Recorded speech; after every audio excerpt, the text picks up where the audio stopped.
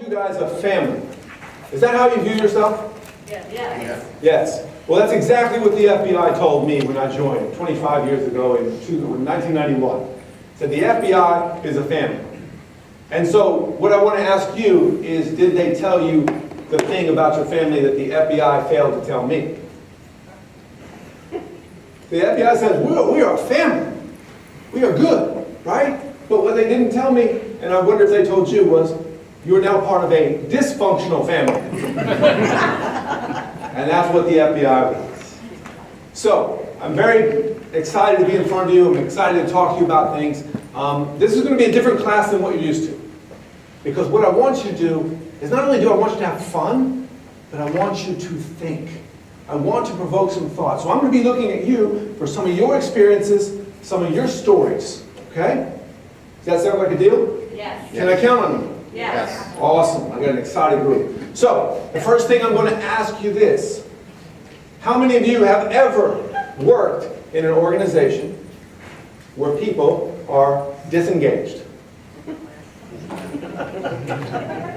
Yes. And at some point, I think some of you will be disengaged during this next presentation here. But does that affect performance? Yes. How many of you have been demotivated at work? Okay. Why were you disengaged and demotivated? What was the one common thread that made you disengaged and demotivated? Poor leadership. Poor leadership? Poor leadership. So now what I want you to do is I want you to come up with something in your head. I want you to think of the best leader you ever had. Everybody got a face? Now I want you to think of the worst leader you ever had. Everybody got a face?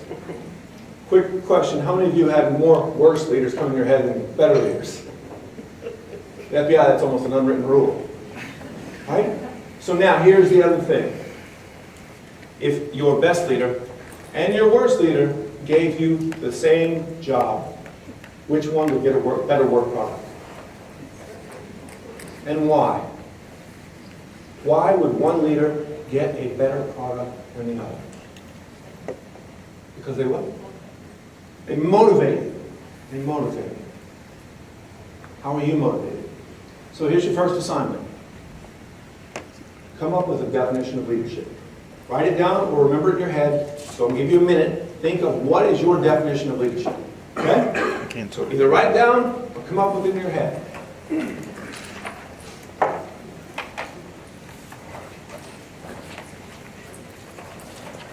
What do you want first?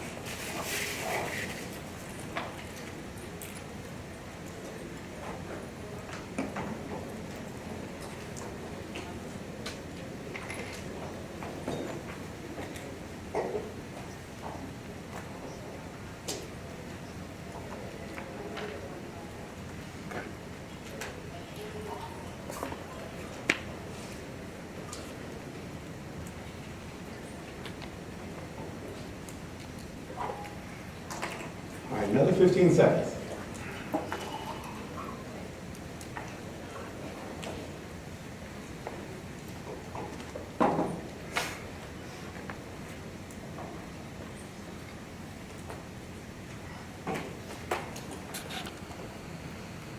Okay, everybody pretty much done? Who wants to share their definition? Don't be shy. Don't be shy. Go ahead. Leadership is the ability to inspire people to be the best that they can be every single day. Leadership is the ability to inspire people to be the best they can be every single day. What do you think about that definition? Is it good? I like it. Wow. Who wants to share another one? Yeah, go ahead. Have an energized, positive teacher who provides the wherewithal to continue moving towards the common goal of success and becoming the best version of yourself. Okay, I'm going to paraphrase you. Energized, positive person who brings you to the goal and achieves success. Does that sound good? Okay. Good job. Wow. One more. By the way, this is the interactive part. One more. Go ahead. Someone who is positive and enjoys their job. They think that their job and their company is fun. Someone who's positive and enjoys the job, they think their company is fun. Is that a good definition? Absolutely. All right, so why is it, now we heard 3 different definitions, compare it to your own. Did any of them match completely? None of them match completely? Why not? Why can't we settle on a single definition of leadership? It's different to different people. Depends on your personality, different to different people, right? So we all view leadership in different ways, don't we? Whose definition is most important? Yours. Okay? Your definition is most important. Let's go with that for a second. All right? Let me ask you this question. Can you choose to be a leader? Yeah. Yes. How many of you say yes? Yeah. How many of you say no? How many of you say, I really don't want to answer? Right? How many of you saw the movie Old School with Will Ferrell? Okay? If you haven't seen the movie Old School with Will Ferrell, it's about 3 guys who get kicked out of their house by their wives or girlfriends. Right? And they end up in a house that is on a university property and becomes a frat house. Middle-aged men, frat house. So what's the first thing they do? Beer keg party, inviting all the college-age kids over. And so one of them happens to be a music salesperson. So he's selling speakers and all kinds of stuff. So he thinks this is great marketing. And so they show up. And of course, what do college kids do? Not that you did when you were in college. Right? But they're drinking heavily. And the music guy gets Snoop Dogg, which is a rapper, to play a concert out there. Will Ferrell's character is named Frank the Tank. And so Frank shows up, he's walking through the kitchen, and he sees this big keg, and he sees a couple of college students bonging a beer, which, a long time ago, bong is a big tube of beer, you put a whole beer in there, and you get it down. Because I know you all are so innocent, you don't know what a bong is. Right? And so Will initially tries to deny it, but eventually he succumbs to the temptation, and he starts bonging beers. Does he get drunk? Oh yeah. And what does Will want to do when he gets drunk? Let's go streaking. Right? And so, I apologize beforehand for this mental image, but you see Will Ferrell naked going in front of the concert saying, come on everybody, let's go streaking. And then the next scene we see a naked Will Ferrell running down the street. And how many people are following him? None. None. Now let's apply this to leadership. Can you raise your hand and say, I will be the leader? What happens if you have no one following? Are you a leader? Or are you simply out for a run? Right? You can volunteer to be the leader. But does that mean that people will follow you? Is following a choice? Yes, it is. It's a choice. So you might lead by position. You have supervisory authority over a bunch of different people. Does that can you make them do what you want? Somewhat. But can you truly lead them? Did the best leader you ever had, did he or she have to force you to do things? Or did you follow them because you wanted to? Which is more powerful? Only because you want to, right? So once again, the definition of leadership. Whose definition is most important? What about your followers? You've said right now, earlier, about 5 minutes ago, that leadership is different for different people. Do you know what your followers' leadership, what they want out of their leaders? Have you taken the time to talk to them, or taken the time to even notice what they want? Because I will tell you one thing, but my body will say another. Which one should I rely on? The body. If you talk to people, if you're talking to your followers, and as you're addressing them like this, and their feet are pointed this way, and the door's that way, what does it mean? It means I'm trying to leave, right? Now, do you have, as a leader, do you think that leader has a true connection with that person in front of them or not? Right. As you sit here today, can you tell me what your followers expect of you as the leader? Because I would bet that they have a different definition of leadership than you do. And you, if you are going to lead them, do you know it? And if you don't, how can you expect to lead them?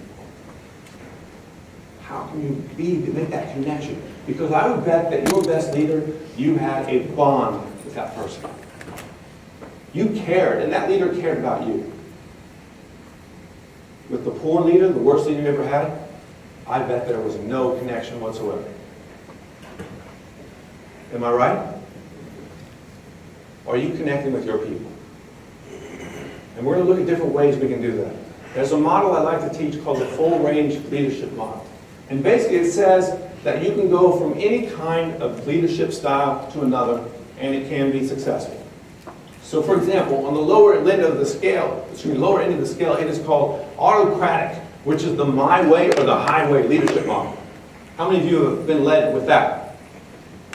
Where's my millennials? Those born after 1980. Did you like that? No. They're always saying, why? Why? Right? And it drives us, Generation Xers and baby boomers, nuts. Because when we were young in your position, people told us to do something, we would say, why? And they say, just do it because I said so. Does that work today? No, it doesn't. But that's autocratic, and it can work at times, right? Let me give you an example of how autocratic, my way or the highway leadership works. Okay? I was in the FBI for 25 years. Occasionally, we'd have to go search a house or arrest a person, and most people don't really want to be arrested. So we would show up at 5 o'clock in the morning to make their day as bright as we possibly could. I was giving them 3 square meals and a place to sleep every night. And so we would knock on the door. Occasionally, we'd just barge in, right? So let's say, for example, you've all seen the TV shows where the FBI people or the SWAT people all in a line, right? As they get ready to go in the house, okay? So let me put you in that line. You're number 3 in the line, okay? The guy in the front's got that big metal thing, and he's about ready to blast open the door. As soon as that does, the whole line's going in the house, okay? So you're in that 3rd person in the line going in the house. And as you're going into the house, the guy in the front says, duck. What are you going to do? Duck. Right. You're not going to stop and say, hey, why don't we stop and talk about that before we all duck? Right? That is an example where autocratic leadership works. My way or the highway. When that guy in the front says duck, I am ducking. Right? But then we go on to one of the more common forms of leadership we see today. It's called the carrot and the stick. Transactional, contingent rewards. How many of you have been led by the carrot or threatened with the stick? How effective was that? Carrot is good. You think so? How many of you think carrots are good? Incentives, right? Carrots are the same as sticks. The same as sticks. In fact, there's a guy, I think it was Daniel Pink, in his book called Drive. He characterizes the carrot and stick leadership style as a 5-hour energy drink. How many have been to Vegas and had to have that 5-hour energy drink? Right? What does he mean by that? Why is the carrot and stick a 5-hour energy drink? Short term. So, for example, I work in the government, right? They would occasionally hand out a carrot. And let's say you're at work, you hand out a carrot too. What happens the next time when they do the same task? What do they expect? The carrot. What happens when you run out of carrots? Not happy, right? The same thing happens with a stick. If you beat a person enough with a stick, eventually it has no effect on them. That's why transactional leadership is not nearly as effective as you think it is. And can you get people to do things with carrots? Or sticks? Yes. But what's happened psychologically in their mind when you're doing it? They hate you for it. So you need somebody to stay late. Say, hey, you know what? You stay late tonight, I'll give you a bonus. Okay? And they may need the money. And so they're staying late. Say, all right, I need the money, I'm going to stay late. But psychologically, what's going on up here is they're hating their guts for making them stay late. Even though they need the money. Because I really don't want to be here. My kid has a recital. And I need to be there, but I also need the money. And they hate your guts for it. Right? The other thing that you can do with the carrot and the stick, the worst thing you can do, is turn something I love into a job. Something I absolutely adore into a job. In fact, I'll tell you the story about it. I teach, when I was with the FBI, I taught an instructor course, how to be an instructor. And so every time we opened up the course, we would start off with, hey, what do you do and how long you've been in the FBI or whatever region we're in. And I remember this one girl in class, she raises her hand high. She wants to be the first one to go. And I'm like, go right ahead. And she says, I have the best job in the FBI. And I was like, I thought I did. And then she tells me, she says, you know when agents go out on the search warrants? Yeah. And when they get all this stuff, they get all the evidence, I'm thinking, all right, she works in the lab.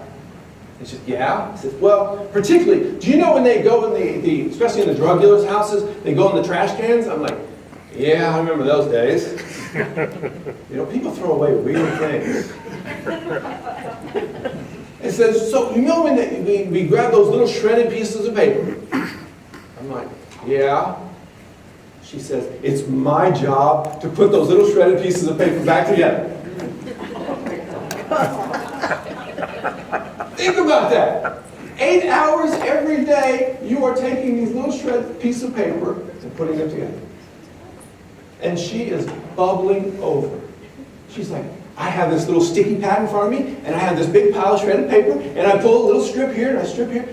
I get paid to work puzzles every single day.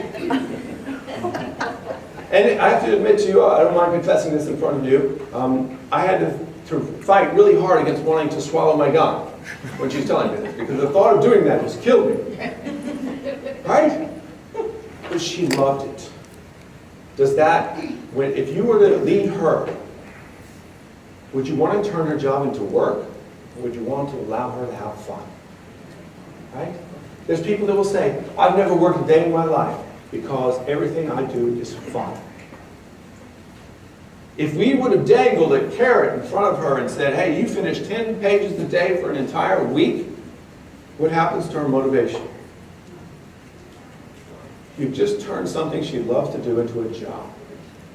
In fact, they did a study of young children, about 4 to 5 years old. They identified a group of 10 who loved to play with blocks every single day. They watched them for 6 weeks in their daycare. And the kids came in, and first thing they did, went right to those blocks and started playing. They spent at least 6 hours every day. So after the 6 weeks was up, they went to the kids, they grabbed all 10 in the room, parents were there, of course, and they said, look, for the next week, every day that you spend more than 6 hours playing with these blocks, we're going to give you a certificate for ice cream. What kid doesn't like ice cream? Right? And so the first day, all the kids show up, they play with the blocks like they always did, and they get a free certificate for ice cream. And are they happy? Yes. Yeah, they got the ice cream all over their face, and they're eating away, they're happy, singing. Tuesday, same thing happens. They all get ice cream. Wednesday, 4 drop out. Now we got 6. Thursday, 4 more drop out. Now we're down to 2. Friday, none of the kids play with blocks. You effectively turn something that I love to do into a job. That is transactional leadership. It fades. The benefits fade. Carrots and sticks do not work. But there is that last section. Transformational leadership. That is that inspirational motivation, intellectual stimulation, the walk, the talk, the I am thinking about you. John Wooden or President Theodore Roosevelt, I've heard it from both of them, have this quote, and I love it. No one cares how much you know until they know how much you care. Lincoln, we mentioned Lincoln earlier. Lincoln, during the midst of the Civil War, would leave Washington, D.C. behind. And his cabinet complained constantly. President Lincoln, we need you here in Washington, D.C. Why are you going? Why are you leaving? And he would say, I'm going out to the battlefield. And why was he going out to the battlefield? What do you think? He's going out to the battlefield to connect with the people doing the fighting. And a soldier wrote of Lincoln, he says, just the mere sight of this man in our camp gave us all the courage we needed. Is it easy to lead and leave your door shut? Is it easy for you to say, I'm way too busy? Or can you fight those urges and go out and be among the people? Let them know that you care. Establish a bond with them. How many of you can tell me the names of your employees' children? And some of you, good. Some of you will say, my organization is just too big. Are there ways around it? Yeah. Transformational leaders find a way around it. Now, Director Comey for the FBI, whether you love him or hate him now, I'm mixed, I'll tell you up front, I'm mixed. As more stuff comes out, I'm a little bit more hesitant. But he had some great practices, and I'll share this one with you, and I'll explain why this was an example of transformational leadership. He's walking down the halls of the FBI headquarters one day, and it's in the summertime when we have our college interns. And so one of our college interns is walking down the hall, she sees Director Comey, and she runs up to him. Director Comey says, I just want to say thank you for letting me do this internship. It has been so fun. Director Comey is on his way to meet with the United States Attorney General, and he's 5 minutes late. What do you expect most leaders to do in that moment? Leave. Okay, thanks, bye. Right? Director Mueller used to come down the FBI Academy all the time. He'd walk down the hallways, I'd see him. I'd say, hey, Director. He'd just walk on past. Right? Comey comes to the FBI Academy, one of my friends tells me. He says, we play basketball at lunch every Tuesday and Thursday. Or excuse me, every Monday, Wednesday, Friday. And he said, I'm shooting around and I hear this voice boom out. He says, can't you make a three-pointer? I look over. It's Director Comey. And my friend says, thank goodness the next one went in. But now here's this girl, this intern, has no seniority, no real importance to the FBI, and she stops Director Comey on the way to meet the Attorney General of the United States, and he's late. And he stops. And he says, what's your name? She gives him the name. He starts asking her questions. He says, what do you do for the FBI? And she starts to tell him. Director Comey has a security detail, and they nudge him on the shoulder and say, Director, you're late. He's like, I know. And then he goes back to the girl. And the girl starts asking her more questions. So I tell him, what do you do? Tell me some of the things that you've done. Another 5 minutes passes. Nudge. Director, you're late. He looks back and he says, I know. I'm talking to her right now. How does that make her feel? Important. What are you doing to make your people feel important? Are you talking to them? Are you sharing with them? That is where the transformational leadership comes in. That's why Lincoln went to the battlefield and he talked to the soldiers. They were fighting for a cause. They're fighting for a president, but they never met him. But now that they did meet him, and he made them feel special, what did that do to their motivation? And what did that do to their engagement? Did it increase? Absolutely. Right? So I'm going to cue up a couple videos for you. And I want you to watch these clips and tell me what are the good leadership aspects of it and what are the bad ones. But real quick, I'll tell you another story about Comey. Comey was standing in the line in the cafeteria at the FBI headquarters. And he always stood in line. Even though he could have went to the front of the line, no one would have said a word. He always stood in his place in line. He strikes up a conversation with the guy in front of him. He says, what do you do for the FBI? And the guy goes on and explains things. And then finally the guy reciprocates. He looks at Director Comey and says, what do you do for the FBI? Now, Director Comey's a 6'8" skinny guy. We don't have a ton of 6'8" skinny guys in the FBI. And so this guy says, oh, what do you do? And the director responds, I'm the director.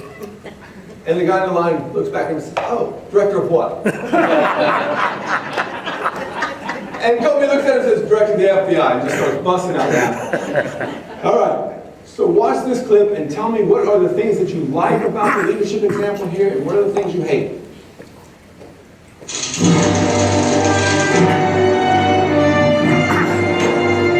Gentlemen, welcome to my underground lair. It's been 30 years, but I'm back. Everything's gone perfectly to plan except for one small flaw. Due to a technical error by my henchman Mustafa, complications arose in the unfreezing process. My design was perfect. Look what you did to Mr. Bigglesworth!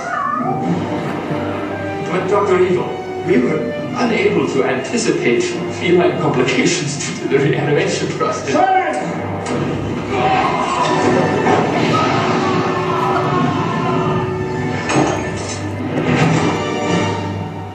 Let this be a reminder to you all that this organization will not tolerate failure.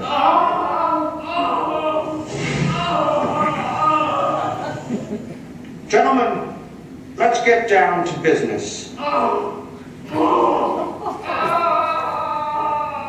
got a lot of work to do. Someone help me! I'm still alive, only I'm very badly burned. Some of you I know, some of you I'm meeting for the first time. Hello there! Anyone? Can someone call an ambulance? I'm in quite a lot of pain. Okay, you've all been gathered here to form my evil cabinet. Excuse me. Yes, he's down. No, not that. Burnt. That. Yes? Right. If somebody can open the retrieval hatch down here, I can get out. See, I designed this device myself. Oh, hi. Good. I'm glad you found me. Listen, I'm very badly burned, so if you could just... You shot me. Okay, moving on. You shot me right in the arm. Why did you...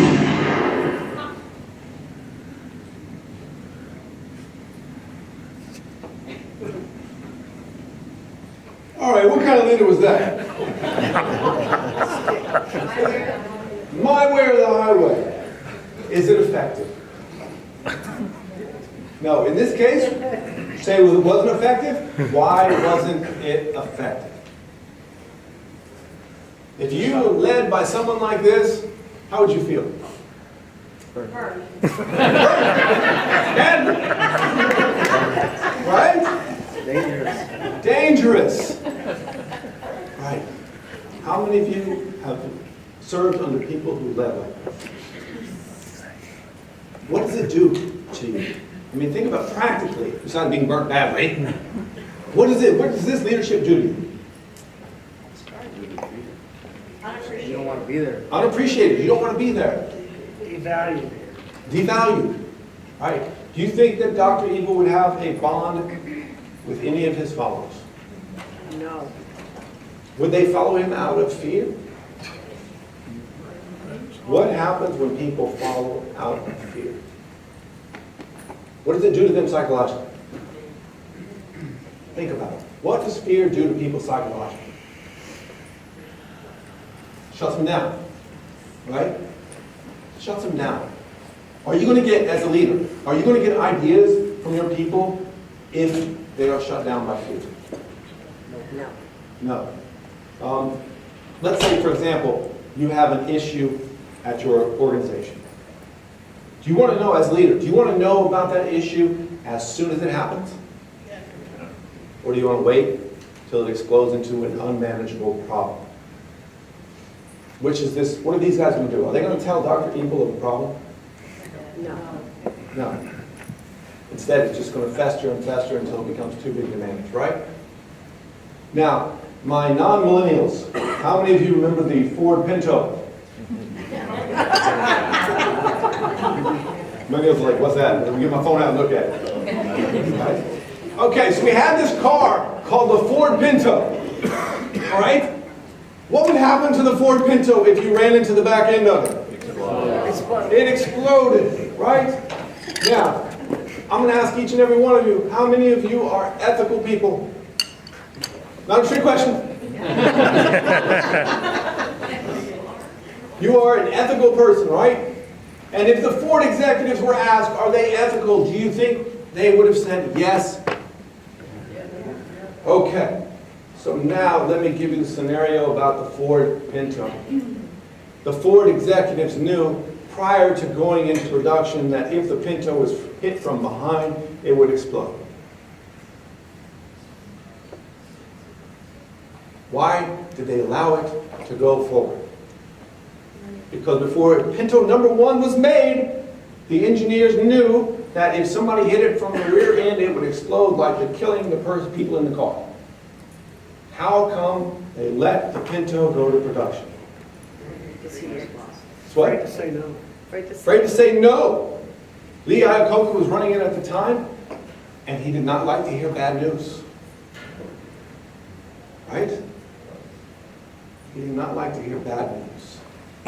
And they knew going in that we'd spent $20 million or whatever it took to make this assembly line, and now we're going to go to our boss and we're going to say, yeah, boss, the car that we're about to make and spend $20 million on is going to explode. How's that going to go over? Do you think we start thinking about our jobs and our personal needs and our personal desires? Does that happen to you? As a follower, I'm the engineer who figured out that once this Pinto is going to, goes into production, gets out on the road, it's going to explode. I look to you as the leader. I say, look, here's the problem. What does he or she expect of you by giving you that problem? You're the leader. Solve it, address it. Do the Ford executives address it or not? How do they get by it? How do they let their minds trick themselves? Because they allowed this car to go into production, and people died. Let's do a little test here on you. Okay? On a scale of 1 to 10, tell me how bad this behavior is. 1 being not bad at all, 10 being very bad. How wrong is it to illegally download a song off of the internet? 1 to 10. How wrong is it to illegally download a song off the internet? Scale of 1 to 10, 1 not so bad, 5's in the middle, 10 being very bad. 10, why? Not the right thing to do. Not the right thing to do, okay? How many of you which one of you had a different number? What number? 2, why? Why'd you have it at 2?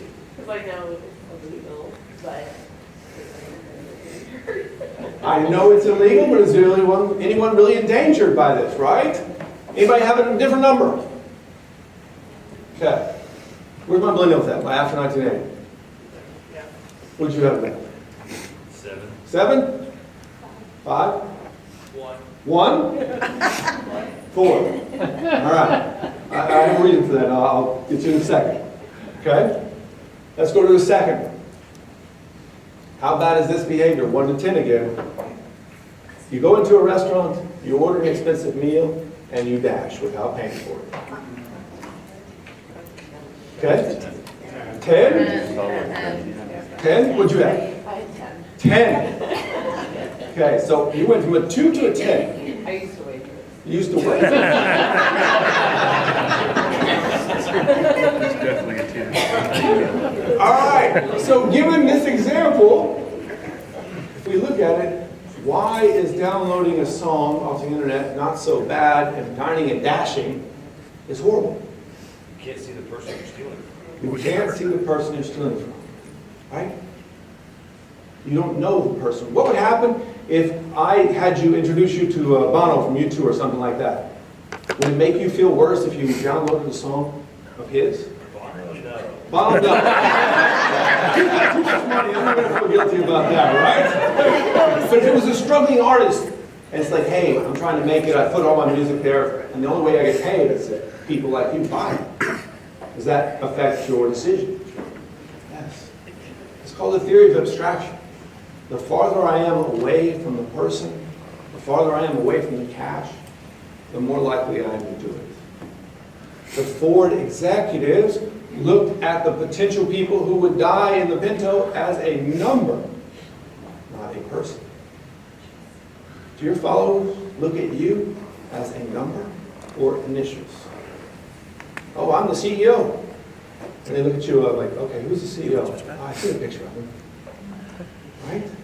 You see the difference between Comey and Mueller. Mueller would walk down the hall and not even acknowledge you. Comey would stop and talk to you. Which director had more of a bond with his people?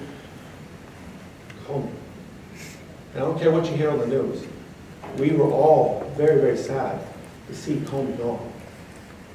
Now, things have come out since then, but at the time, we were sad to see him go because he would have done a good job of establishing a connection. Are you establishing a connection with your people? Okay? Let's see if this guy here is establishing a connection with his people. Aaron, can I get you the screen up? All right, here you go. Hey, who shipped the 200 boxes to our client in Boston?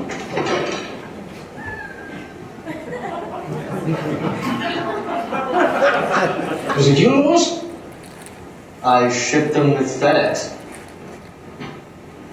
You're a heck of a man doing a heck of a job, Louis. Trust FedEx with proven reliability. Relax, it's What do you think of that leader there?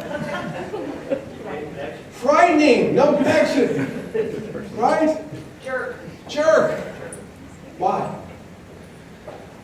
Why was he a jerk? What led you to believe that he was a jerk? He was accusatory. Right? But he commended the person, he gave him a compliment. Didn't matter. Go ahead. The second he opened the door, everybody scattered. So nobody wants to talk to him. The second he opened the door, everybody scattered. Nobody wants to talk to him. Right? They had fear. He's what? They had fear. They had fear. Do we always see that? As a leader, do you always accurately gauge how your people perceive you? What do you think? If I went to your people today, well, I do this. In fact, we at the academy, they had to take a class and they had to write papers. And some of the things they had to write about were their strengths and their weaknesses. And so I have this little sheet. How many of you have been through a 360? A 360 is basically an all-around evaluation of you, from your supervisors, from your peers, to your subordinates. FBI used to do one all the time. We get them all at the same time every year. And I remember one year I got 8 of them in my inbox, the first year I ever did it. And so I'm like, all right, I'll rate them. I open up the first one, I answer the first question, I sit there and think about it, I go to the second question. I get to question 8, and I'm like, how many more questions have I got? I looked, 155.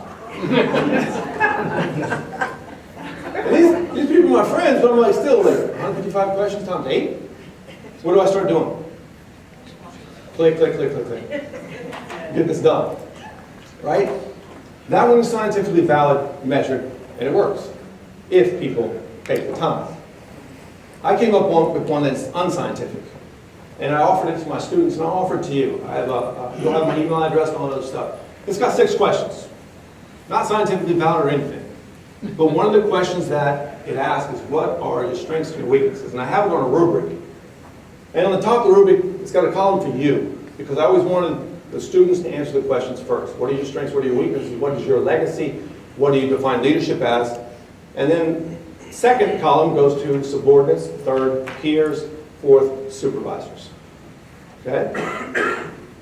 And I'd have them send out the questions to all those people, as many as they wanted. Then I had a 5th column. I said friends, and I made sure friends outside of your industry. Because I wanted them to get a perspective from people outside of the industry. And then the 6th column I called the bravery column. Why did I call the 6th column the bravery column? What was the title up there? You had You, subordinates, peers, supervisors, friends, what's the last column title? Family. Spouse. Because, man, if you really wanted the truth, you had some spouse situations. You know? And what they found is that things that they thought were strengths were weaknesses perceived by those below them. Things they thought were weaknesses were perceived as strengths. We did this, you saw this last clip. Right? One of my guys wrote a paper, and in the paper he writes this. He says, "My people respect me." How do I know that? Because every time I come out of my office, they scatter. And then he adds a justification sentence. They scatter because they know I expect them to work. And so as soon as they come out, they're going back to work because they were goofing off before. Why does he see it that way? He wants to see it that way. We have an innate need to look upon ourselves favorably. It's what we do.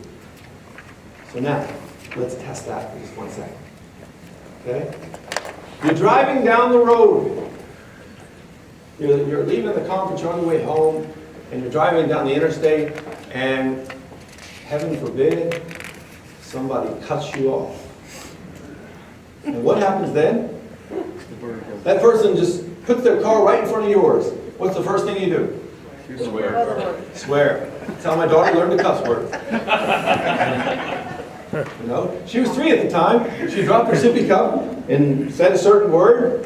And you know, I've only got 1 child, so I'm really new at this. And I know enough not to pay attention to it at the time. But then later on, I asked her, I said, "Where did you learn that word?" And she's like, "Mommy." I said, "Mommy in traffic?" I'm like, "Oh, completely understand." Right. So you react emotionally, don't you? Right? Okay, now, let's turn the scenario around a little bit. You're driving down the road again, and you look in both rearview mirrors, and both side mirrors and rearview mirror, and you cut over, and you hear somebody honk. How do you react in that moment? Oh, sorry, my bad. My bad. What's the difference between the two? It was an accident. How do you know the person in front of you didn't have an accident? Now, if they flip you the bird, that's an indicator there wasn't an accident. But we judge people on intentions, or excuse me, we judge people on their actions, we judge ourselves by our intentions. The difference is, you knew that you didn't mean to do that. But when they do it to you, you're like the grandfather from, what's that show? Everybody Loves Raymond? Yeah. I've only seen 1 episode of that show, and it's Robbie is doing a traffic school. And so he's got his little puppet there, and he's doing his traffic school. And so he asked the question of the grandfather, Frank? Okay, he asked the question of Frank. He says, how close should you be to the car in front of you? And Frank's response was classic. He says, "Oh, I like to be right on their butts. That way, if they look in their rearview mirror, they can read my lips."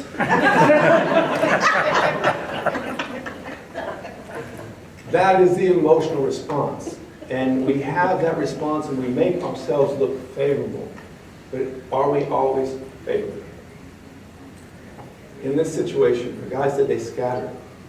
But he failed to consider the other perspective that you clearly saw in this video. Right? Are you looking at perspectives other than your own? Do you have someone who will tell you when you are wrong? Because how many of you have ever been wrong?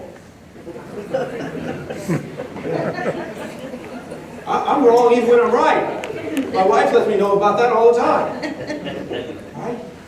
How many of you have a devil's advocate? John F. Kennedy. Bay of Pigs invasion was a huge fiasco.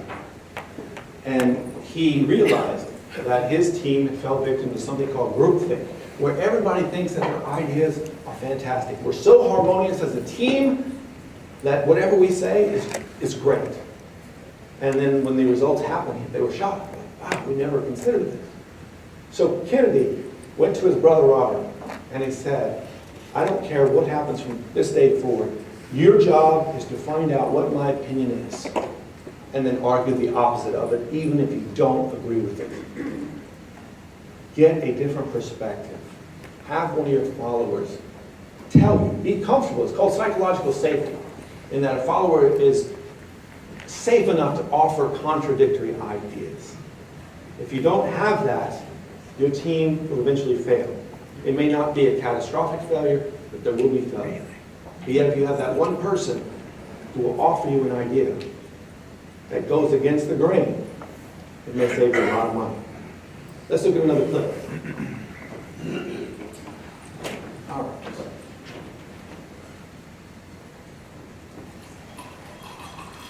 So you're telling me you can only give our guys 45 hours? That brings them to about there.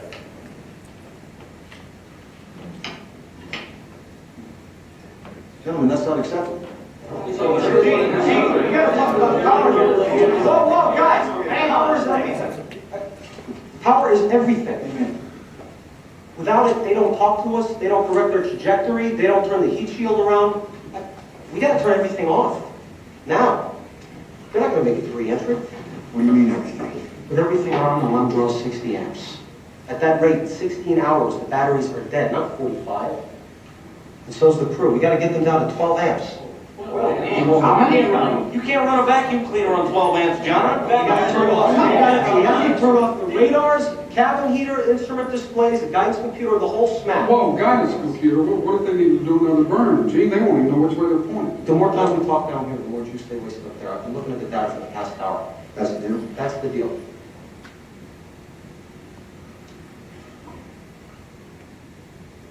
Okay, John. And then we finish the burn, we'll power down the line. Now, in the meantime, we're going to have a frozen command module up there. In a couple days, we're going to have to power it up using nothing but the re-entry batteries. We've been tried before. No, we've never even simulated it before, Gene. Well, we're going to have to figure it out. I want people on our simulators working re-entry scenarios. I want you guys to find every engineer who designed every switch, every circuit, every transistor, and every light bulb that's up there. Then I want you to talk to the guy on the assembly line who actually built the thing. Find out how to squeeze every amp out of both of these goddamn machines. I want this marked all the way back to Earth with time to spare.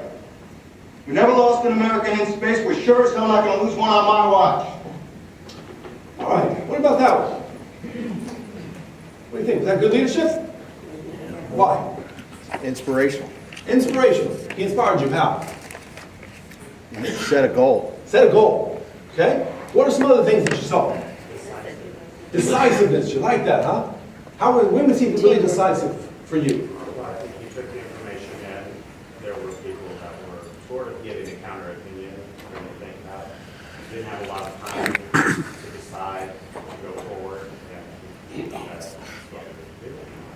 Very decisive. People were giving counter arguments, and he made a choice. The thing was Truman said, any decision is better than no decision. Go ahead. The ability to pivot.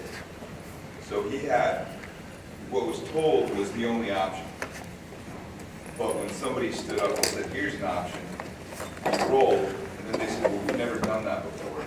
So we pivoted to each one of his team and was able to say, get people in our simulators, do this, do that. All in all, inspiring them to do something that's never been done. He makes a great point. He talks about how the leader pivoted. In fact, to me, this clip encapsulates the whole full-range model, leadership model. In the beginning, is he transformational in that he's inspiring? He's asking, he's open, he's asking for opinions, right? How brave is that kid to come forward and say, we can't do whatever I think we should do? Is that the psychological safety we were talking about? Yeah. The kid is brave. So he makes the decision. He's decisive, like you said. He makes the decision. And then, as you state, he starts going to everybody like, all right, here's what we're going to do. So the way I see this clip is he starts out in the transformational mode, where he's inspiring, where he's listening. The four aspects of transformational leadership are called idealized influence, inspirational motivation, intellectual stimulation, and gosh, I always forget the fourth one. I'll get it for you before I'm done. right? But these are the things that get people to care, that get people to believe. So the kid comes forward and he listens. How important is it for him as a leader to listen? Critical. Critical, right? And then once the kid provides the information, he actually acts on it. How does it make that kid feel? Yes. Yes. Do you think the kid ever forgets that? No. In fact, your people, all they want is to be heard. It doesn't mean that every time they offer a suggestion, you have to take it. It simply means that you have to hear them, and they have to perceive that they are being heard. If you do that, they are more likely to accept your decision. No matter, even if it goes against their grain, the fact that you listen to them allows them to accept it. Right? So now, let's talk a little. How many of you are having trouble with generations? Okay? Having trouble, older generation having trouble with younger generation having trouble with older generation, right? Are they mixing in the workplace that well? No? No. I wonder why. All right, so my Gen Y, my millennials, if I could ask you to be quiet for just 1 second. Okay? I'll give you a certificate after we're done. My Gen Xers, my baby boomers. What drives you nuts about millennials, the new generation? They're always on their iPad. They're always on their iPad. Yeah, Or their phone.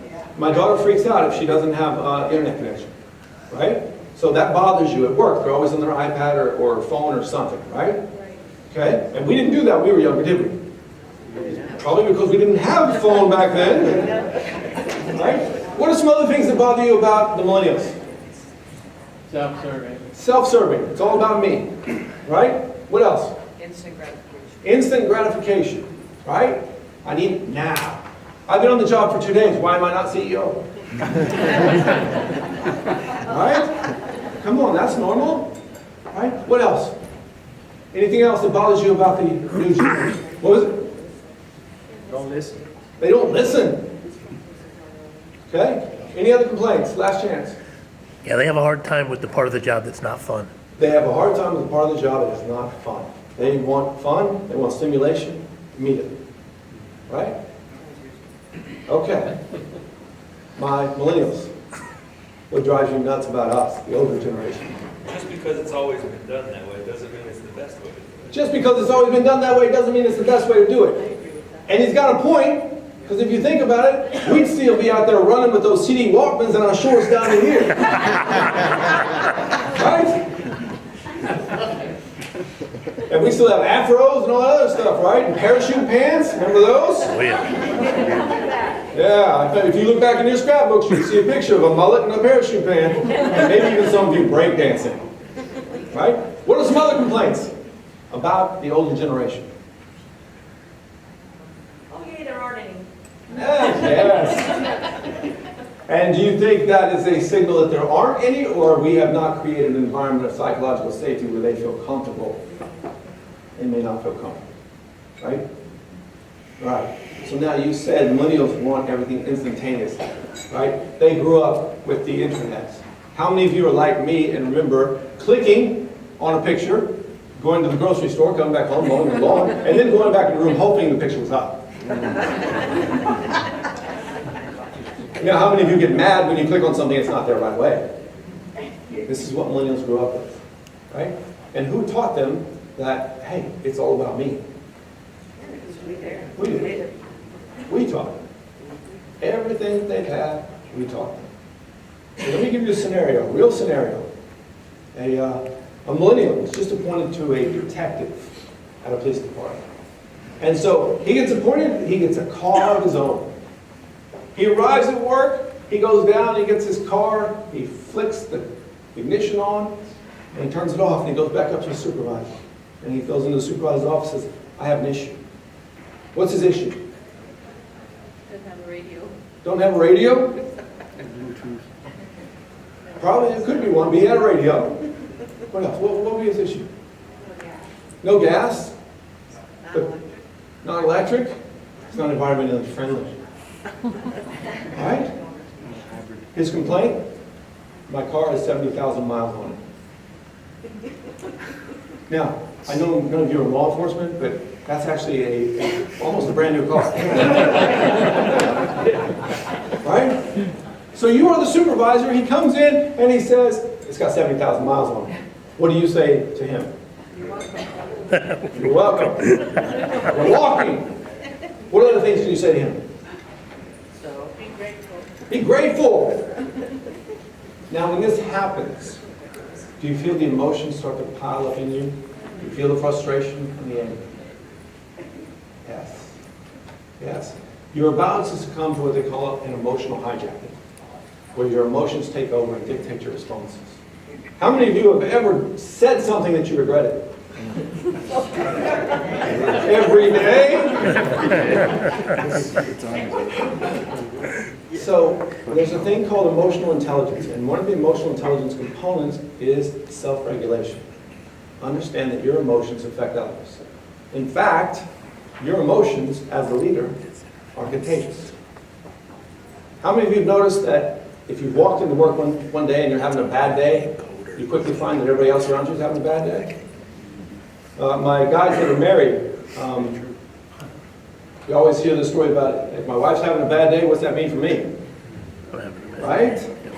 Right. Wife's happy, I'm happy. Right? That's why I moved from Florida to Washington, D.C., because that's not a really smart move. But she got tired of the heat. She's happy, so therefore I am too. Right? So these emotions are contagious. You feel when he comes in and he offers this lame excuse about 70,000 miles, you want to respond emotionally.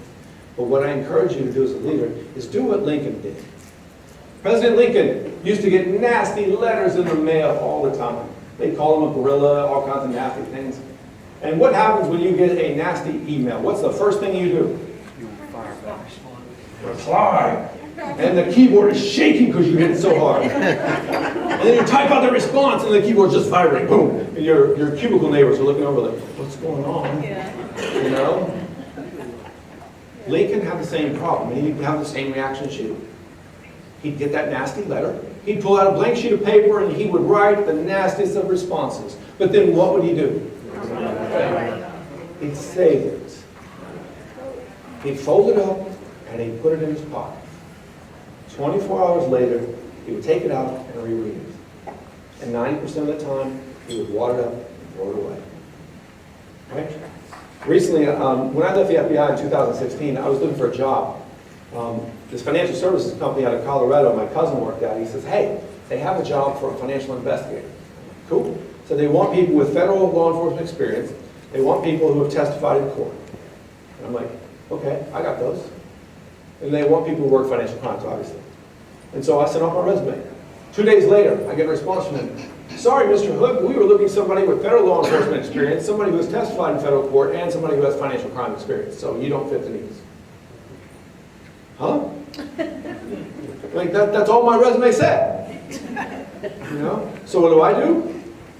I hit reply. I slammed that button down, and I'm like, I start typing, and then I remember Lincoln. And so I'm like, all right, I better not send this. My cousin still works there. I'm not sure if he would if I would hit send. And so I wait 24 hours, and I come back and I check my email, and there I see in the draft folder an email. I open it up, I read it again. What happens? I read it. No, I want to hit send again. I leave it in there for about 4 days before I finally delete it. Because it took me that long to control my emotions. In fact, if you follow the Harvey Weinstein scandal at all, Uma Thurman has said, I can't talk about my experiences now because I'm too mad. And when I am too angry, I say things I regret. That is a great example of self-regulation. Lincoln had it. The supervisor who, the kid comes in and said there's 70,000 miles in the car, also had it. The kid comes in and he says there's 70,000 miles on my car. The supervisor looks at him and he says, oh, you're right. That is a problem. Why don't you drop the keys on my desk? The kid walks over to the desk and the captain turns around and starts typing an email. And the kid says, Captain, he said, not right now. I'm doing an email. Captain, come back later. And so, kid comes back later in the week, Captain's like, wow, I can't do it right now, I'm going to a meeting. A week goes by. The kid comes into the captain's office one day and says, Captain, I got to talk to you. He says, okay, what's going on? He says, there's not a problem with my car. Captain says, good, your keys are right there. But think about that. Did he teach the kid a lesson? What would have happened if he would have just went off on the kid? The kid would have shut down. There would have been no bond between leader and father. But now they established a bond. He allowed the kid to learn. How many of you have failed before? Was that a teaching lesson? Yes. Because I bet on that day that you failed, you didn't have an appointment scheduled for failure, did you? No, you didn't say 7 o'clock I'm wake up, 8 o'clock I'm going to be at work, 9 o'clock I'm going to do this project, 10 o'clock I'm going to fail really bad and really make my boss mad. Right? Failure is a learning experience. Trader, J.P. Morgan, lost $8 million. Gets called in on his first week of job, by the way. He gets called into the boss's office. What's he say to the boss? You're probably going to fire me. What's the boss say? The boss says, fire you? I just spent $8 million training you. I'm not about to fire you. Right? It's perspective, how you look at it. Okay? Let's go to another clip.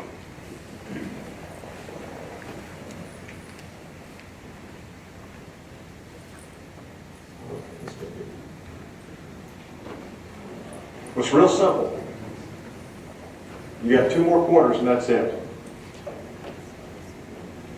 Now most of you have been playing this game for 10 years. You got 2 more quarters, and after that most of you will never play this game again as long as you live.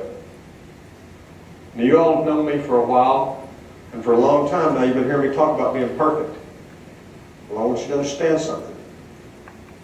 To me, being perfect is not about that scoreboard out there. It's not about winning. It's about you and your relationship to yourself and your family and your friends. Being perfect is about being able to look your friends in the eye and know that you didn't let them down because you told them the truth. And that truth is that you did everything that you could. There wasn't one more thing that you could have done. Can you live in that moment as best you can with clear eyes and love in your heart? With joy in your heart. If you can do that, gentlemen, then you're perfect. I want you to take a moment and I want you to look each other in the eyes.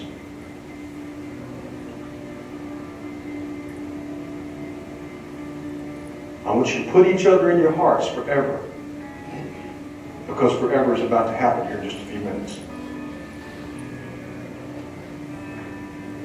I want you to close your eyes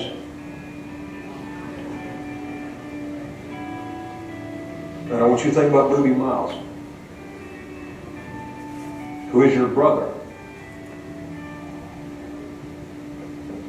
And he would die to be out there on that field with you tonight. And I want you to put that in your hearts. Boys, my heart is full. My heart's full. All right, what about that clip? Love. What was it? Love. Love. Do you think this clip here goes into transformational leadership? You know? We talked about autocratic, my way or the highway. There's also the leader called laissez-faire, who does nothing. He just simply, don't make me look bad, make me look good, I'm going to stay out of your way. Right? We got the carrot and the stick, which we've talked about quite a bit. And then we have transformation. The Apollo 13 clip, this clip here, is this transformational leadership? Why? Inspiration. The fourth one I forgot is individualized consideration. Right? Individualized consideration. Do you think that that coach was talking to each and every person in that room? as they sit in that conversation. You got a room full of people, and yet you feel like he is talking directly to me. What does that do for motivation and engagement? Increases it, right? How many of you lead meetings on occasion? All right, I'm going to give you a challenge. I like to give this to all my leadership courses. How many of you, that you lead the meeting, you have a really good trusted friend that goes to the meetings with you? You have somebody like that? Somebody you can trust? All right, so here's the assignment I want you to give them. The next time, or one of these times when you lead a meeting, have them count how many times you say I and my versus we and us. I think you'll be surprised at the answer. And why is there a difference? Why would I even place any importance on a leader saying I or a leader saying us, we? What's the main thing in that? One team. What was it? One team. One team. Right? It's not about you. It's not about you. Right? The only time it's about you is when there's blame. And you take it when there's blame. But here's the thing. When I was interviewing suspects who committed mortgage fraud and cyber fraud and all these different kinds of frauds, I would always start my interview the same way. And it would go something like this. I said, 95% of the people I speak with lie to me, and 5% tell me the truth. Which one are you going to be? And what would they say? Agent Hood, only the 5% tell you the truth. I'd ask the first question, and what would they do? Lie. Right? So it really wasn't that effective, but I did it for 25 years. But then I came across this research, and if I could go back 25 years, I'd change my opening. I'd change just one word. Which word would I change? The opening was 95% of the people I talk to lie to me, 5% tell me the truth. Which one are you going to be? What word should I change? Lie. Lie. Why? What should I change it to? You're exactly right. I'll give you some help. Honest? Prompt him with honest first? That probably would have been better. Because even better way to do it. Okay? How many of you, since January 1st of this year, have lied at least one time? I've been married 25 years. She says, do I look good in this? I know what that answer is. You know? I'm married above my level. I'm not about to lose that. Right? So we all have lied. How many told your kids about Santa Claus? Right? Now, how many of you would consider yourself to be a liar? So wait a minute. I lie, but I don't like being called a liar. So if I would have changed it to 95% of the people I talk to are liars, 5% tell me the truth, which one are you going to be? I would ask the first question, what would happen? They still lie, but it would be much harder for them. Because you can all lie and we can justify that. But when I say the word liar, what happens to you? The defense mechanism, the emotions start to pile up because no one likes being called a liar. Right? Same thing happens in your room. If you start talking like, well, I did this, I did that, it puts a wedge right between you and your followers. Because then you are talking to them instead of talking with them. There's a whole set of behaviors that are automatic. And we follow them all the time. In fact, I'll give you another road thing. You're driving down the road, you're leaving the conference, and there's a deer in the middle of the road. As you come around the corner, you see the deer. What do?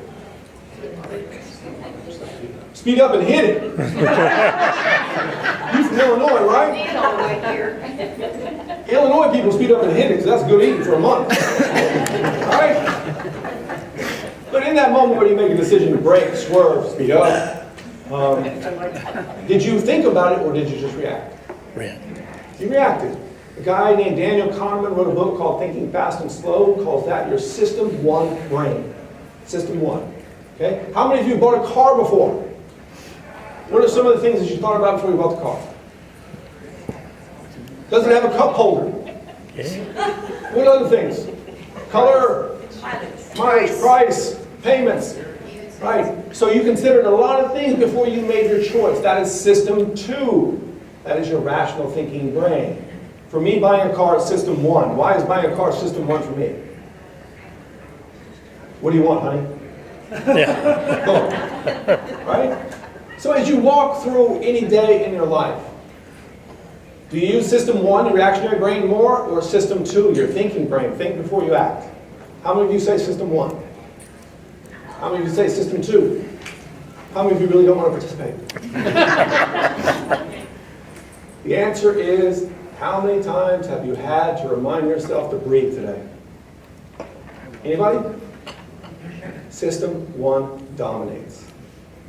I think that they compared it to a computer, and system 1 is 40 to 50 million bytes of information at any given time. Your conscious brain, about 11 or 12. So much of the things you do are automatic. So when you saw that clip right there, you saw the coach say to the others, look at your other player in the eye. Why did the coach do that?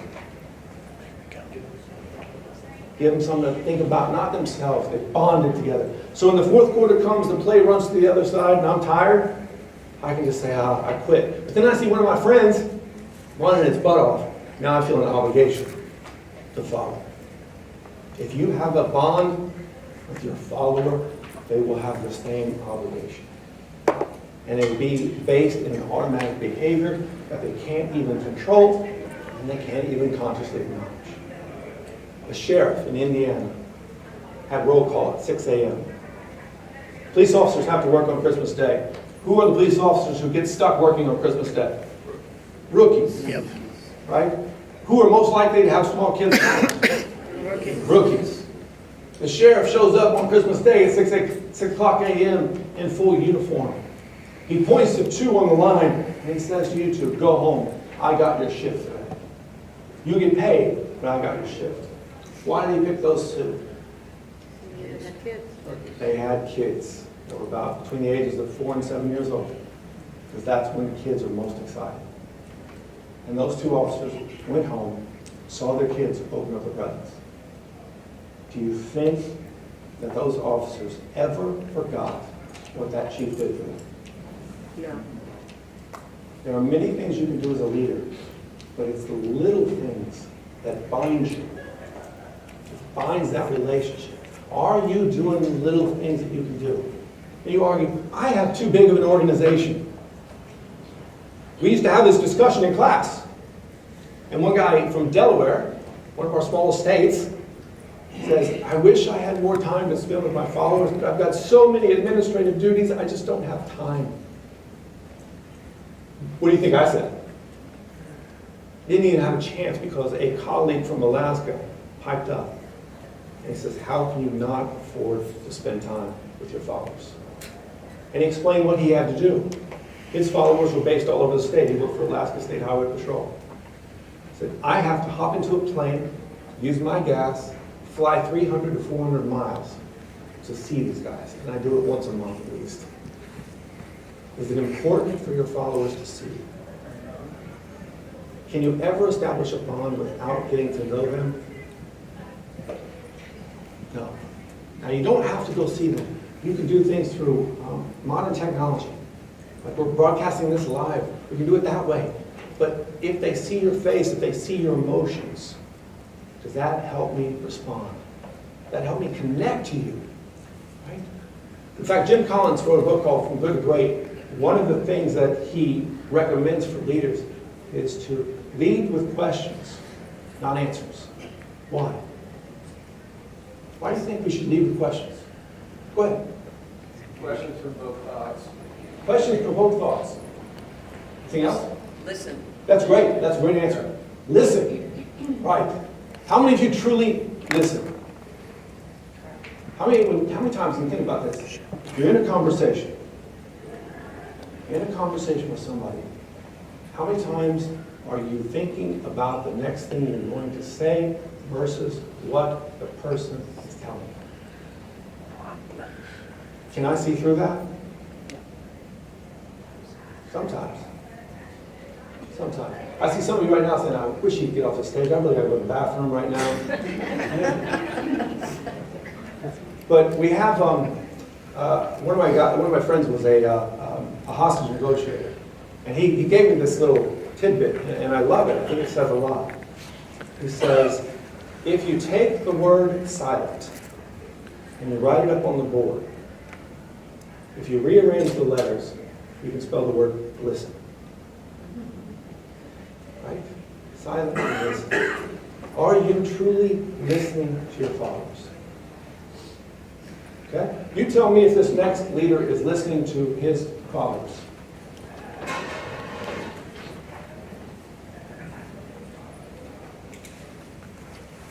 Mr. Parkin, can I speak to you? Yeah, sure. What is it? You know, for months you've been hinting that I was in line for that promotion. And look how hard you've been working. You just lying to me?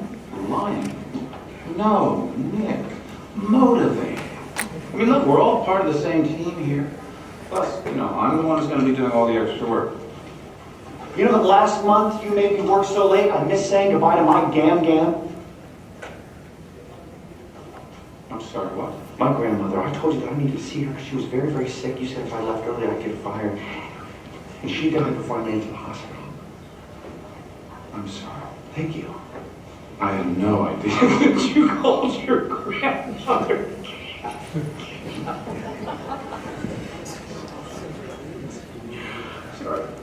Sorry you didn't get to say bye-bye to Cam Cam.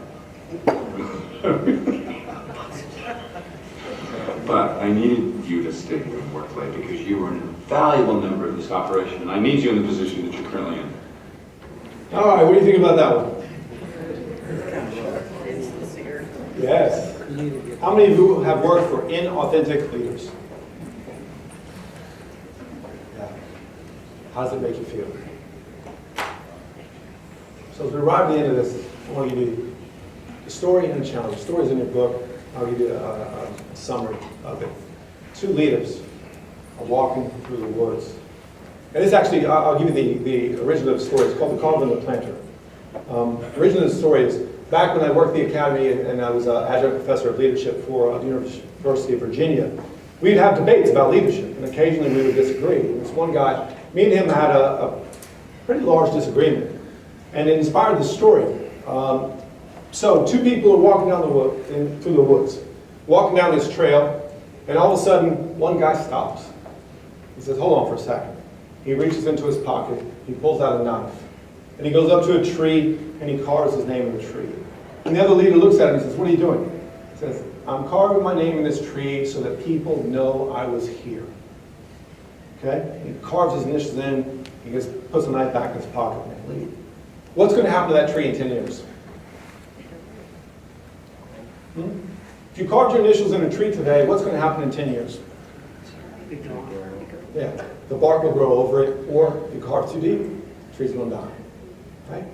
And so I call him the carver. His leadership is that everybody knows my name, but then in 10 years, will anybody remember anything that he did, or will they forget?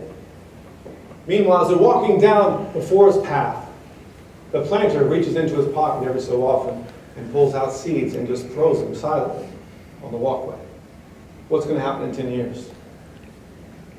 You'll grow trees. And then trees will mature and they will drop more seeds. And more trees will grow. People will never remember your name, but you will live forever. Which would you rather be? And I ask, in closing, I asked you earlier, what's your best leader and what's your worst leader? Wouldn't it be cool that if 20 years from now, someone was sitting in this same course and another person was up here talking about leadership, and they asked the participants to remember the best leader they ever had? Wouldn't it be cool if your names and your faces popped in their head? That's up to you. All right? Thank you so much. Do you have any questions?